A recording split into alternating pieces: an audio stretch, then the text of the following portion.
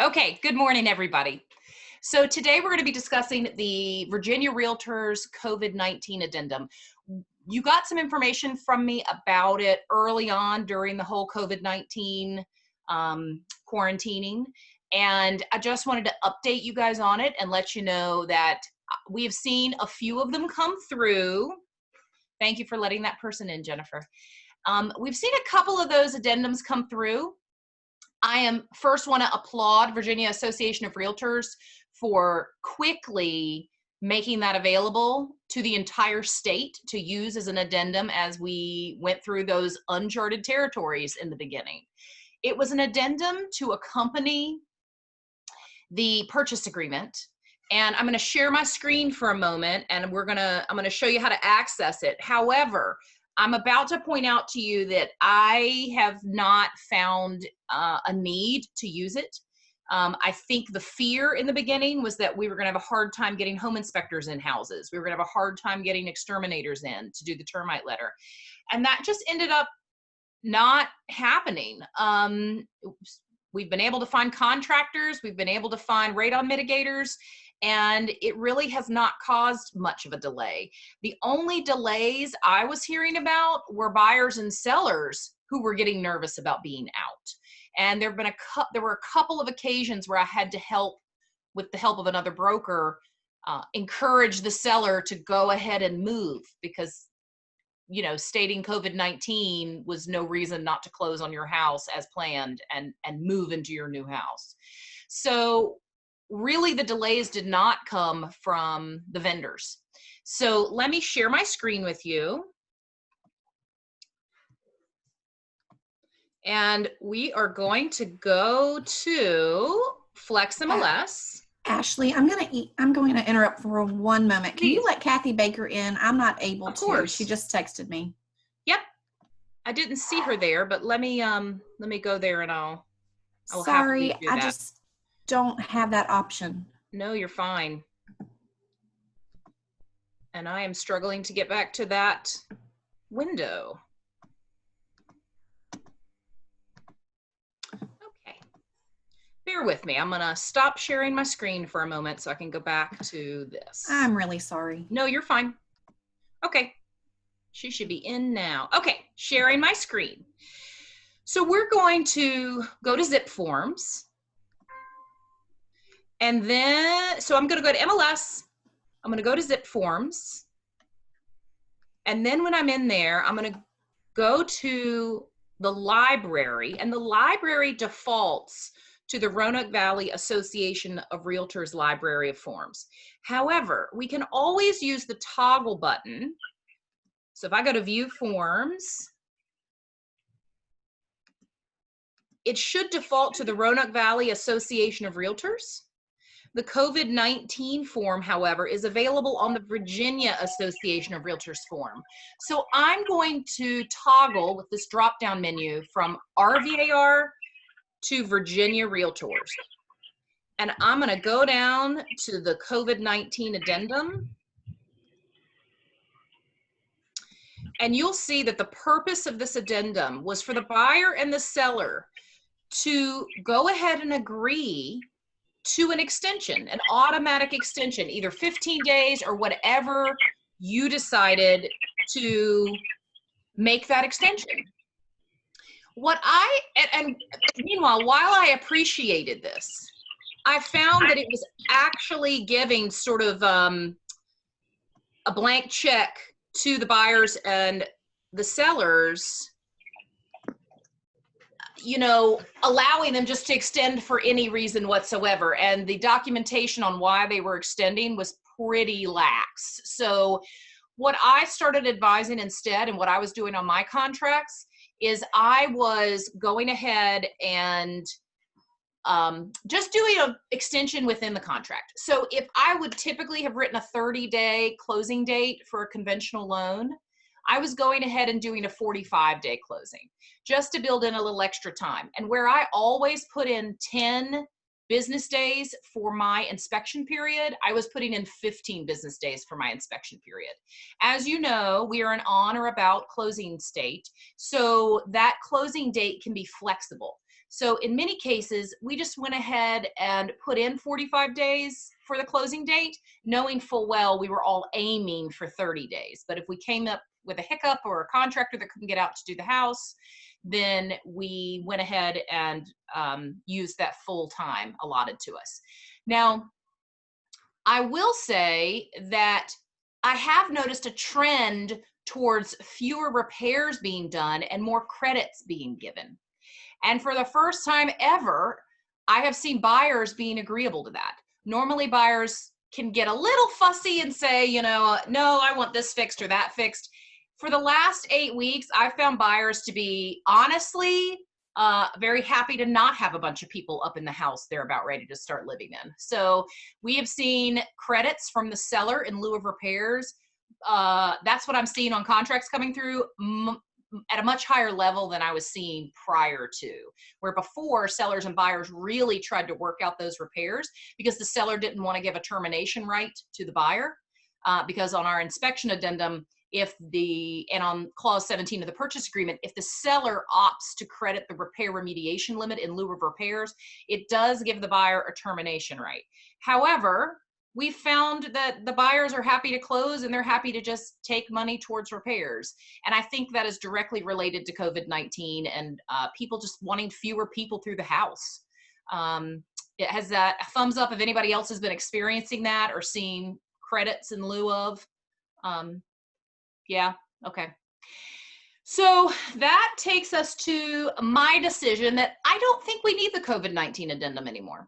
I have found that the workarounds within the contract have been better because where we've had some situations where it's become difficult has been when the COVID-19 addendum is there.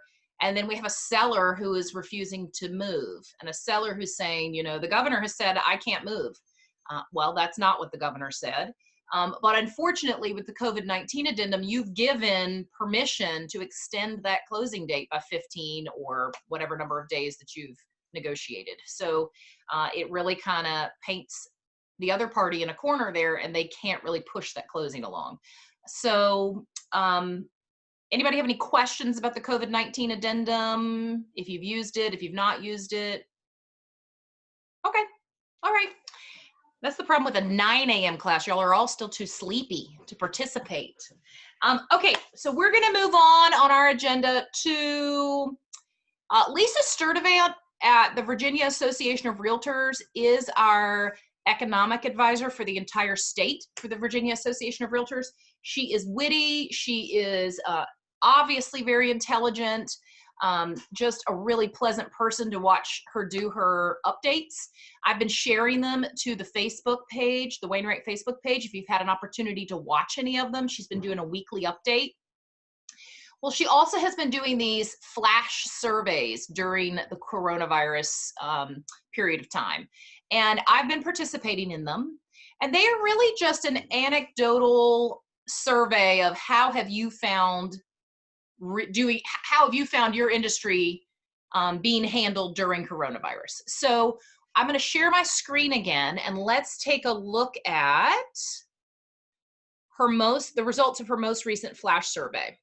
So I receive an email, you may as well, from Virginia Realtors. If you're not receiving this email, let me know and we will figure out how to enroll you in it. So I have a membership with Virginia Association of Realtors website. So I have registered on there and therefore I get these emails.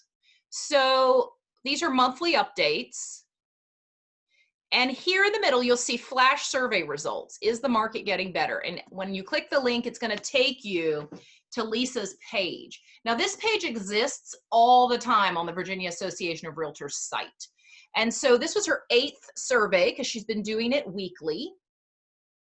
And what she does is she breaks down all the data she's collected. She conducted this particular survey on the 8th and the 9th. I should be getting another one this week. And they asked them to compare conditions in the housing market now to how it was a month ago. So what she's trying to do is she's trying to track how our industry is functioning during this time. So the results of this most recent survey were that about 45% of Virginia realtors, compared to a month ago, said that their buyer activity has increased modestly or substantially, but not fallen off. So that's good news. But 37.5% of realtors indicate that there's somewhat or substantially less buyer activity now compared to a month ago. And then 17% said they've had no change in their market whatsoever. So she also links here on this yellow link to the National Association of Realtors surveys that they've been compiling the results from. So here's a handy little bar chart. And what I'll tell you, I not only want you to go visit this information and digest it to learn more about what my dad calls your gut feel. So you're going to have a gut feel about how the industry is doing that's based on reading articles about the science behind our industry. So when you read this, I also want you to figure out how to make money with this. And how you're going to make money with this is you're going to share this information. You're going to share this little chart here with your buyers and your sellers on your Facebook business page, in an email to them, call them up and just talk to them about this data. And here is the results of their survey on pricing. So more than 54% of Virginia realtors reported that buyers are not expecting lower prices in the market. Buyers understand we are in a tight inventory market, so therefore sellers are going to be able to demand top dollar for their home. But 41% of realtors nationally say there is no expectation of price drops among buyers. So the National Association of Realtors is seeing 41% of buyers saying they do not expect price drops, whereas Virginia is seeing 54%. And that just narrows down on our market, compared to nationally. And we go down here, and here's the little handy dandy chart on our buyers expecting lower prices. And this compares in the dark blue nationally and in the orange Virginia. So another great chart to share with your buyers and sellers.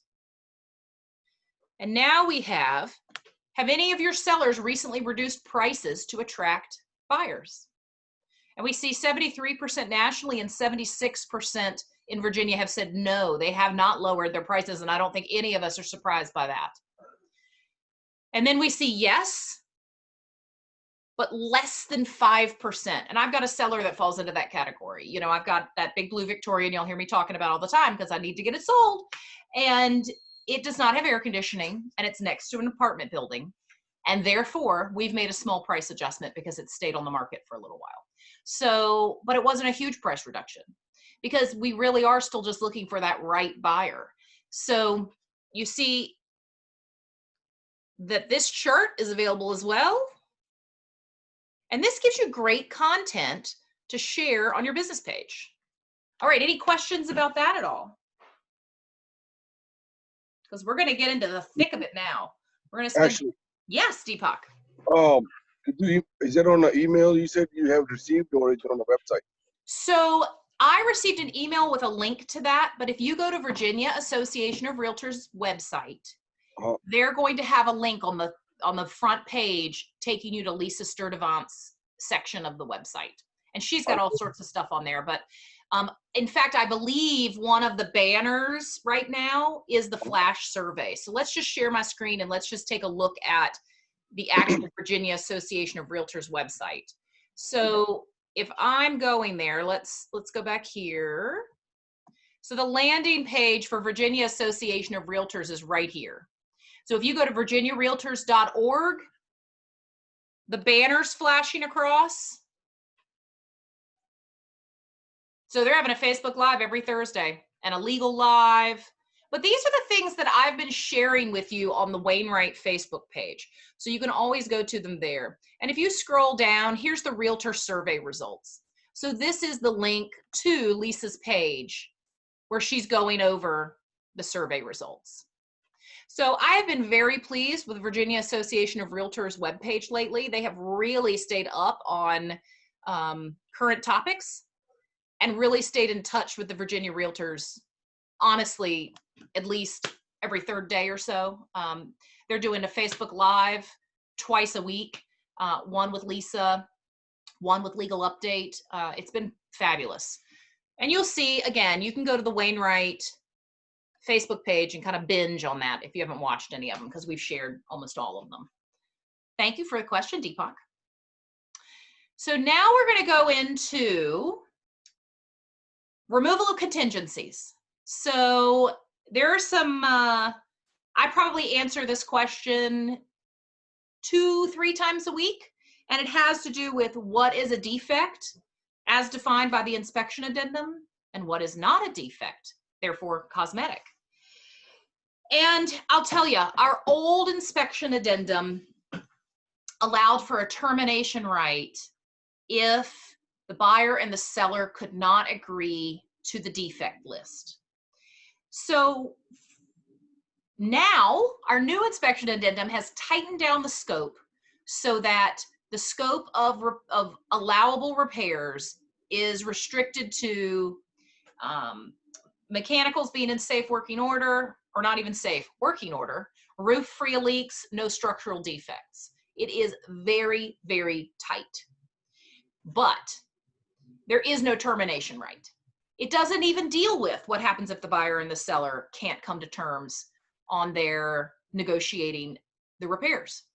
So it's come down to the listing agent and the buyer's agent just trying to work it out. All the while being fearful that if the seller credits the repair remediation limit, or more than the repair remediation limit, they are still giving the buyer a termination right. So I'm always fearful to take that route. I always would prefer to actually satisfy the seller's obligations and have those repairs finished prior to closing, because then the buyer cannot have a termination right. They can't terminate the contract. They may still try, but they'll be in breach of contract. But the question is, when we get these items like the window is painted shut, well, with our previous inspection addendum, that was absolutely a safety issue, and people would write that in and the sellers would be obligated to fix it. There could be some argument back and forth, but if you argued until the end of the seller response time, the buyer could terminate. So the seller was highly motivated to make sure that they were repairing everything the buyer wanted, which was unfair to the seller. And we were all representing sellers back then, where they were just getting these 2-page removal of contingency forms with every repair and every cosmetic issue known to man. And the seller really struggled, because if they dragged their feet or they pushed back, all the buyer had to do was, twiddle their thumbs and not be agreeable until their seller response time ended, and then the buyer could terminate the contract. So that really was a big, heavy club that the buyer had over the seller. So, we ended up advising our sellers, look, I know these are cosmetic issues, but, we're going to have to make a decision. And buyers sometimes were using this as an excuse to get out of a contract. They knew they could heavy load the removal of contingency form.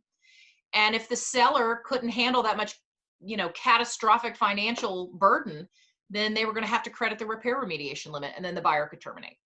Well, the new inspection addendum no longer allows for that termination right. So unfortunately now we're finding ourselves in this gray area where we've got a long list of repairs, and the buyer and the seller cannot agree as to what is cosmetic and what is a defect.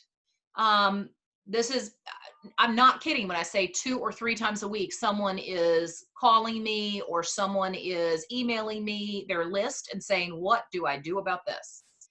The good news is the seller actually has a foothold now to argue back about those repairs and to say they are cosmetic. And, I think I brought up a couple of weeks ago, one of our agents had a situation where the buyer was asking for the brick sill, exterior window sill, it was sloped, not away from the house, it was sloped level or a little bit towards the house. And they were asking for that to be remedied, which is absurd. And my discussion with the agent was, is it a defect? Its mere existence is not a defect. If it was pooling water and rotting out the window, then it would be considered a defect. But the way it was, it was not defective. It was not pooling water down at the base of the window and causing rot. So its mere existence is not a defect. Same with knob and tube. Same with Romex aluminum wire. There are lots and lots and lots of houses in the Roanoke Valley that have it. The fact that it is there does not automatically make it a defect. Polybutylene pipes, they are known to fail. Are they currently failing? That is what now needs to be asked. Now, this will not change the fact that you may have a buyer who digs their heels in and says, absolutely not. I'm not buying a house with knob and tube. And you know what? We're never going to make a buyer buy a house. However, the seller is fully within their right then to seek legal action and try to, recoup damages if the buyer walks and is in breach of contract. That's always a possibility. What I've been trying to help our agents with is to negotiate with that other agent and just figure out, is there a top priority list? Are they indeed just trying to move on from the property? We've had several occurrences where the buyer just wants out. And in those cases, our advice to our buyers is, well, you don't have a termination right. However, I always encourage you to seek the opinion of an attorney because I'm not an attorney. And if you do decide that you want to ask to be released from this contract, there is no harm in me going to the listing agent and saying, what would it take for your folks to release my buyer? And they may say, we want their earnest money, or they may say, we want their earnest money plus $1,000. And if that's agreeable to your buyer to be able to walk away from a contract they no longer want, then that's certainly their right to take that option. However, I will caution you that I always want to see a paper trail where you have, even if it was a phone call, where you have reiterated the phone call information that you have advised them to seek the counsel of an attorney. Because these are legal documents, and if they're terminating contracts without a legal right, you may be accidentally helping them be in breach of contract. So we do not want that to happen. So I'm quick to say, listen, but I'm not an attorney. I'm a great real estate agent. I'm probably a terrible attorney. So you need to seek the legal advice you need. And if they say, no, I don't want that, that's going in an email to them too. And you're going to say something like, thanks so much for taking the time to speak with me this evening. Just to reiterate, I advised you that you should seek counsel. You feel comfortable moving forward with a termination form, so I'll be drawing that up this evening and sending it over to you. Okay? You always have to look at it as, how is this going to look in court 6 months from now when everyone has conveniently forgotten what they said? So back it up with writing. By the same token, here comes one of my cautionary tales. Don't put anything in writing that you don't want your broker to read, okay? Or that you don't want the other broker to read, because we have an absolutely lovely, lovely agent, and she's going to be my cautionary tale today. So does anybody have any questions about the removal of contingency, the gray areas there? Call on your brokers. Call on your brokers. Yes, Jennifer. I just have one thing to point out just because it happened to me, and I think we did discuss it. So some brokers are not holding earnest money and the closing offices are holding earnest money. My latest contract only had $100 earnest money. When we got the offer, it also had a escrow, agreement in there because the closing company was holding the earnest money. Well, in reading that agreement, if this contract did not go to closing, and they had to refund earnest money either way to the seller or to the buyer, they had written in there that they were going to keep a $100 basically service fee for holding the money. So in my case, my folks would have gotten zero earnest money back if the buyers were in breach of contract. So just be aware of what you're signing when they slip that form in there. Yeah, here I am being so careful and so considerate that I don't even have it in an interest-bearing escrow account. Like it's in a non-interest-bearing escrow account. And some settlement companies are taking a $100 service charge, But who am I to say other people shouldn't make money? But Jennifer's right. Watch what you're signing. Right. We just changed the earnest money in our account. We just changed it. We asked for more so that if it did if they did default, then we would at least get something out of it. So, you know, I just had not seen that before. So me neither. And a lot of people don't know that earnest money can be one of the counteroffer points. If you don't like a $100 earnest money deposit, and you shouldn't, then counteroffer back at $500. You know, there needs to be some sort of skin in the game there for the buyer to not want to just say, I don't care, we're walking, take our earnest money. Because what's $100? What's $100 to get out of a contract? Now, with my buyers, I'm always quick to point out, it may not just be $100. They can sue you. Will they sue you? Sorry. Will they sue you? No, probably not. Because what we found is, if you're going to sue someone for damages, the damages are what the seller can go on to sell the house for later, and what were their damages there. So if your buyer has a contract for $200,000, your buyer's in breach of contract, the seller goes on and sells the house again for $200,000, their damages is $0. But if they sell it for $198,000 to someone else, the damages are $2,000. So are they really going to take your buyer to court for $2,000 damages? Probably not, you know. Now, but do you want to take the chance that that's not somebody who's on principle alone and decides to spend 10 grand to go after their 2 grand, you know? And that does happen. So make the earnest money one of the negotiation points. If it's not a satisfactory amount, then counteroffer on it. Stevie is chiming in that hiring a lawyer will cost you more than $2,000. Yes, exactly. Yep. And I'll tell you, we went, I went and sat at the attorney's office with one of our sellers one time to contemplate that very thing. And it was just depressing, you know. It's an excellent attorney. And he was like, look, I make a lot of money hourly and I would love to help you. You don't want to pay me that because this is what's going to happen. And he sort of laid it out for our seller that they were going to spend more than they would get. And that's if they could even collect, you know. So it was very depressing for our seller. And that's when I was educated on, oh, so people really can just walk from a contract and, you know, there generally are no repercussions for that. You know, it's terrible, but that is how our law works. Any other questions on that? We have Kathy Baker. If deal doesn't work, is it better to withdraw and put in a new listing or go back on the market?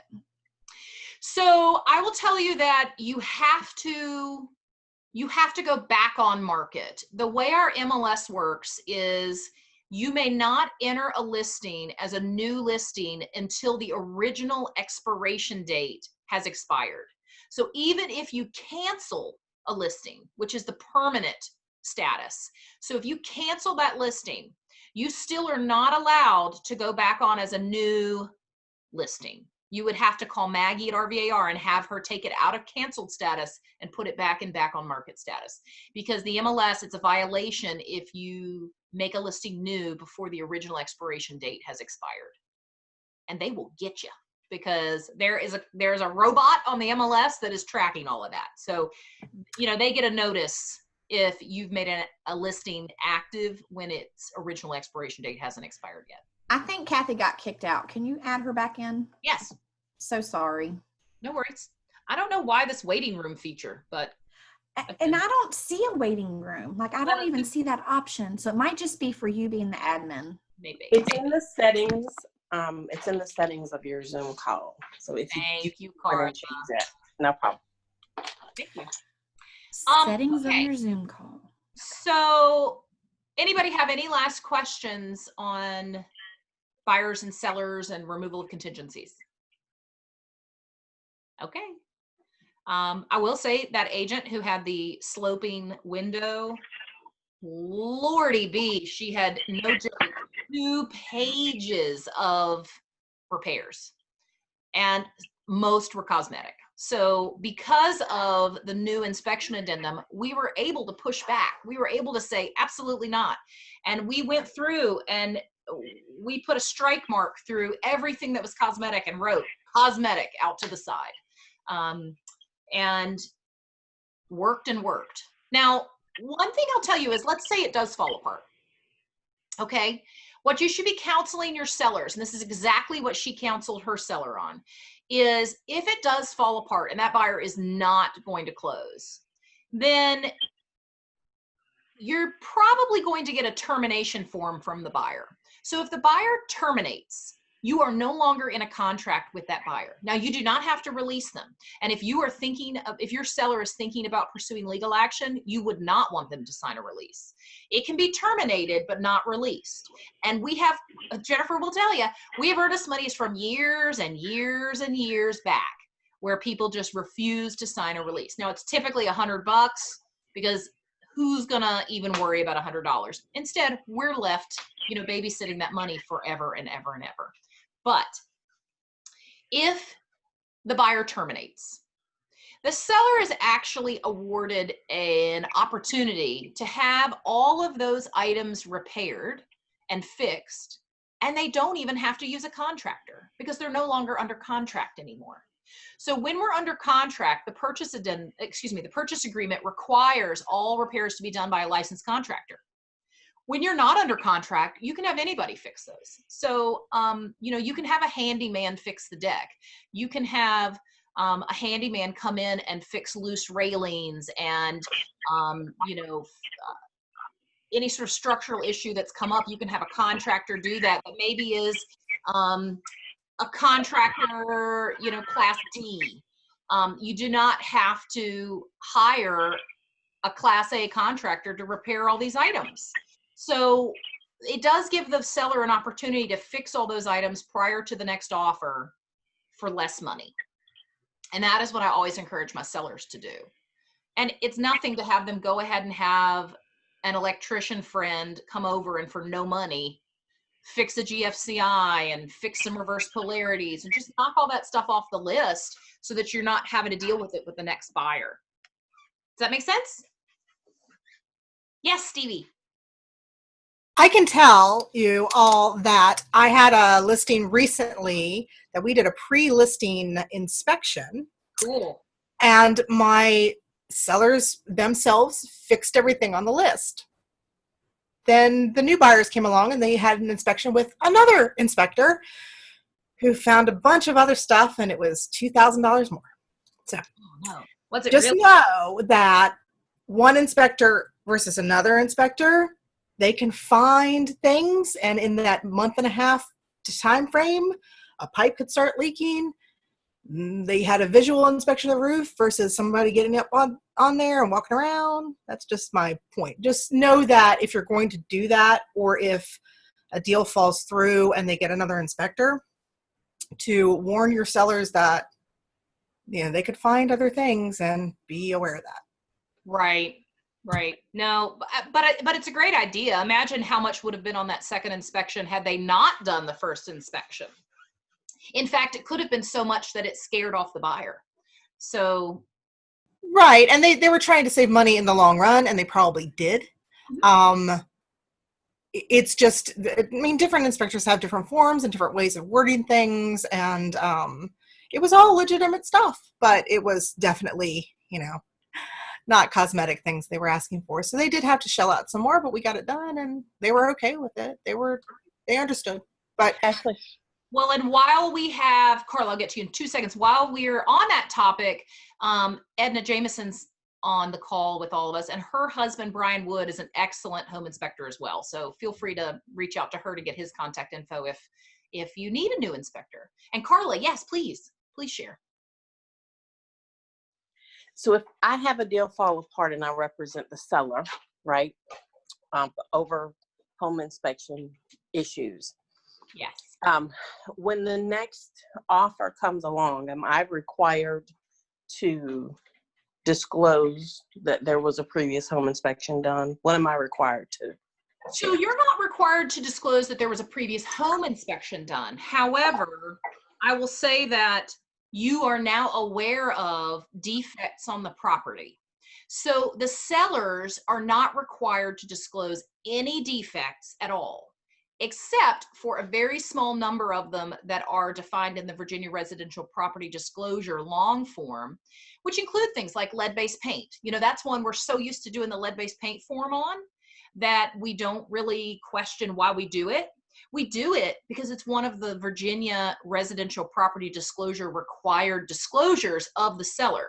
Others include things like wetlands. Down in Norfolk, they have things about air pollution regarding noise pollution, because there's so many jets down there. But Virginia has a very, very, very small number of items that the seller is actually required to disclose.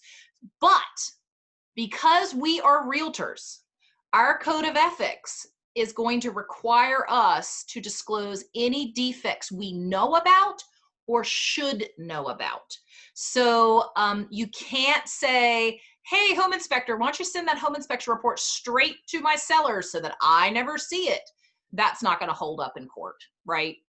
They're not going to say, oh, well, you clever little minx, you figured out a way to get around that rule. No, they're going to say that falls into the you should have known category.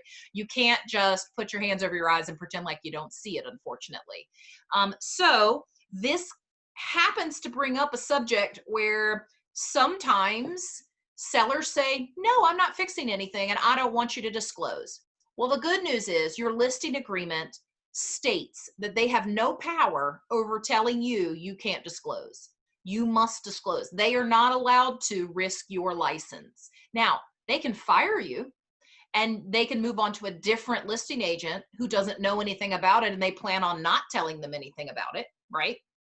And you can't control that. But I would argue that they would have to go outside of the entire firm because the firm is the agent, right? If they move to a different agent at the same firm, that broker would know or should have known about it because the firm is the licensee.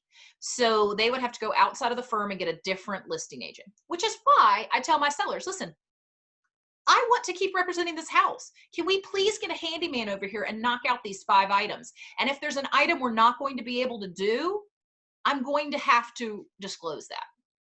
And a lot of times when I point out that I have no choice but to disclose it, that they don't have to, but I have to, they'll go ahead and get it fixed. Now, if they don't, you're a little stuck. And those are situations where you should be calling me and we can talk it out. That was an excellent question, Carla. Thank you. Jennifer, is there anything in the chat window? All right. Let's see. Okay.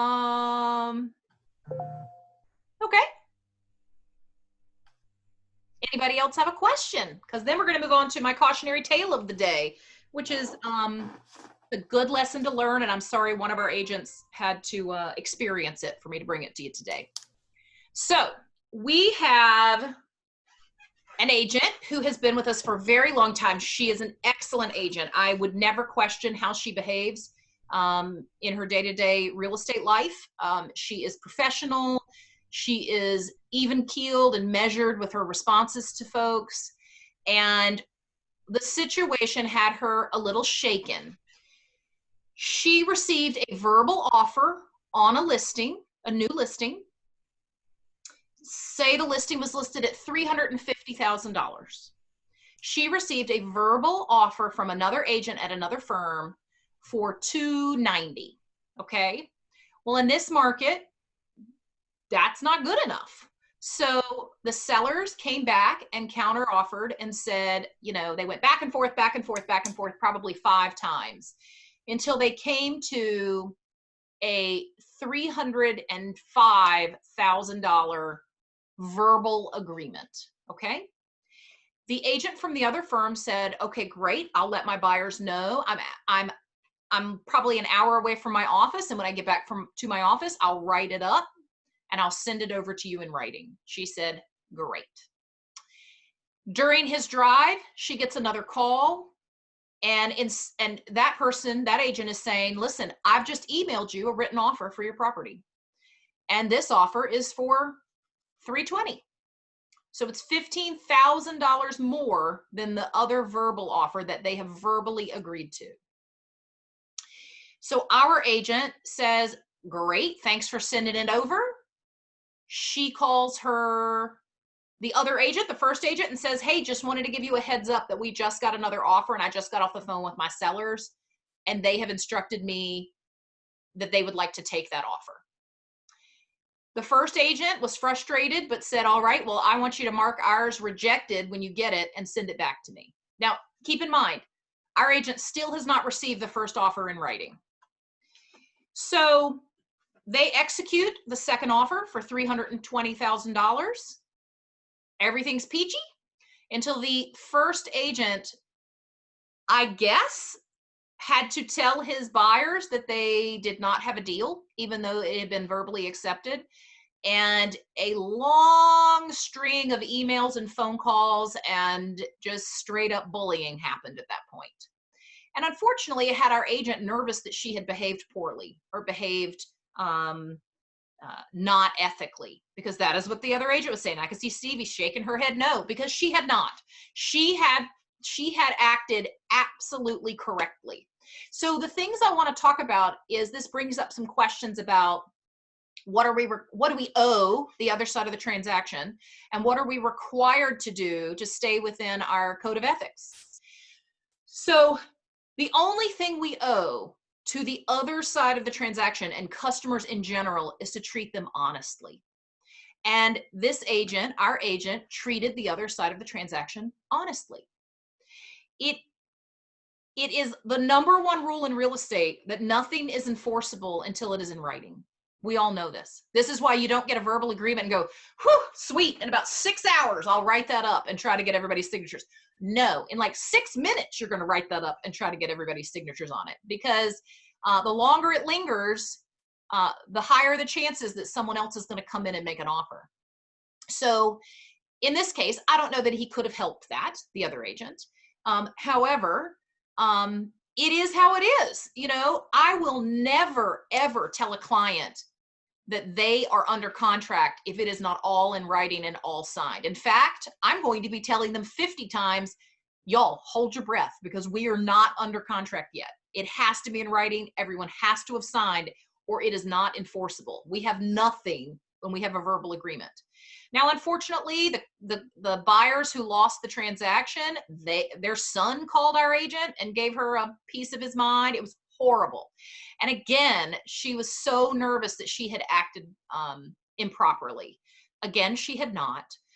The other agent threatened her with a ethics hearing at our VAR. It was just sour grapes.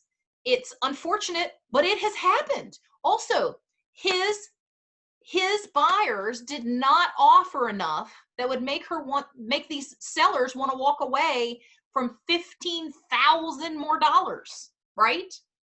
And there was nothing keeping them from coming back in with a higher offer. They didn't. They just wanted to be mad that they did not morally act the way that these buyers thought that the seller should. So ethics and morals and legally, those are all different things. Your legal requirement and your morals truly have nothing to do with each other. Sometimes they align and sometimes they don't. There was absolutely no legal obligation for these sellers to execute the original offer. None. So morally, they may have felt they needed to, but legally they don't have to.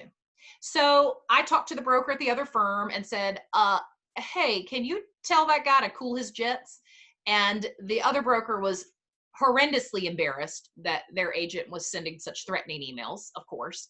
But I also reminded that broker, don't worry, I'll be on the other side of that one time, and I promise I'll take it graciously. So my lesson for you to learn here is be very careful what you put in writing, because now I have emails with him threatening, to take her to an ethics hearing at RVAR and letting her know that, quote unquote, he will never forget this. I mean, it's just absurd.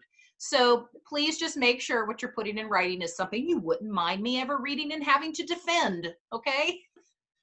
And I get it. It can be painful. It can be hurtful when we lose it for our clients. But this is where I caution you not to get your buyer's hopes up, right?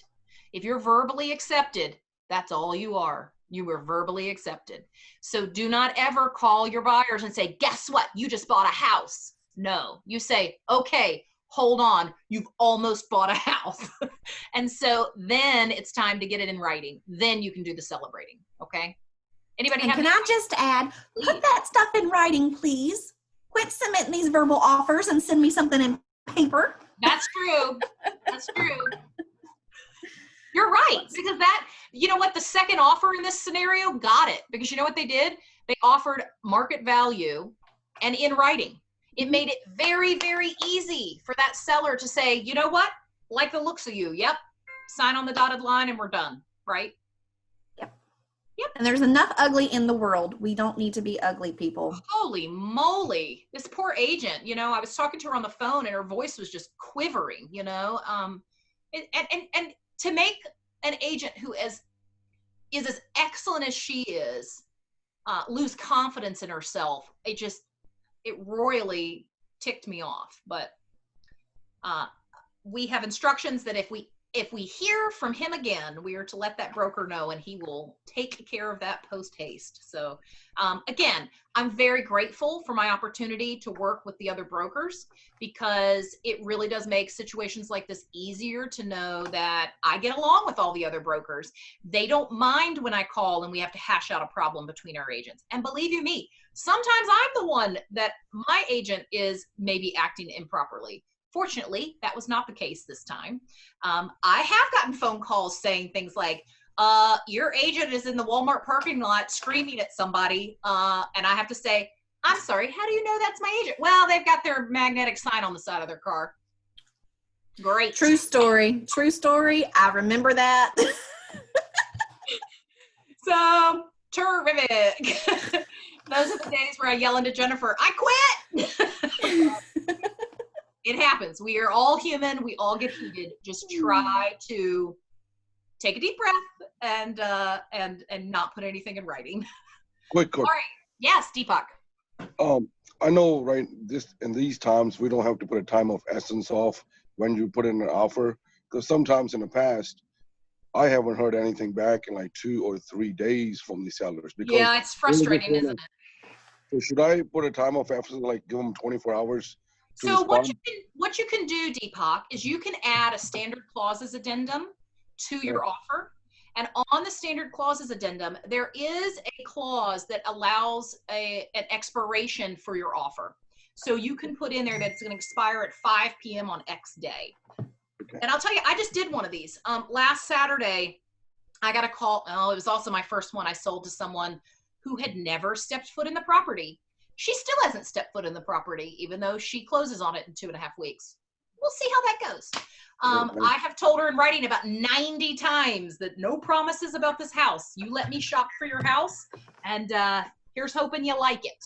So when we were competing on Saturday against 2 other offers, we really were in a time crunch because one of the 3 offers had a 5 p.m. expiration time on it. So the house went on the market Friday night, and by Saturday around 3 o'clock, I was going to show it, and they already had 2 offers, and one had a 5 p.m. expiration. So that was less than 24 hours that offer had for them to respond. And that was because they knew there were going to be multiple offers, and they wanted to push them to make a decision. Also, that buyer, if they didn't get it, needed to hustle up that weekend and go find another house, right? Mm-hmm. So you can use a standard clauses addendum and put in an expiration time or a response time. Now, all that happens is if they don't respond by that time, their offer goes away. So, and Stevie says, couldn't we just put an expiration date and time in other terms of the purchase agreement? Yeah, absolutely. You can. Most of the time, I believe that the standard language that's available is better than handwriting something, because most of us don't know how to craft that language very well. But what you could do is you could open up the standard clauses addendum, copy that clause, and paste it into the additional terms on the purchase agreement. And then you've got that standard language written by attorneys and real estate agents, and you don't have to add an additional form to the purchase package. I just think that if we have the standard clauses addendum, the conventional loan, people were like, why is this form in here? That's all. Yep.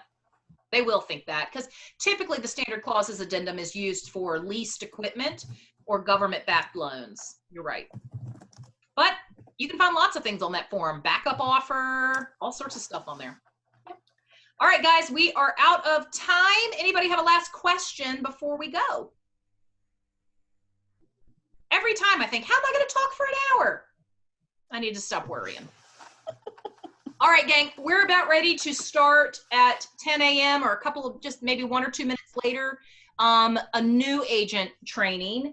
And we are going to be discussing how to access preloaded templates, how to download disclosures from MLS and add them to zip forms, how to share a listing from MLS to Facebook, and my pet peeve, why is there only one photo? And professional photos versus realtor photos and the cost of each. So that's what we're going to be discussing on our new agent Zoom meeting that's going to be happening in just a couple of minutes. So I'm going to sign off here. And if you'd like to, you have a link to the next meeting. If you'd like to join us, I'd love to see you. I'm just going to take about a 3-minute break.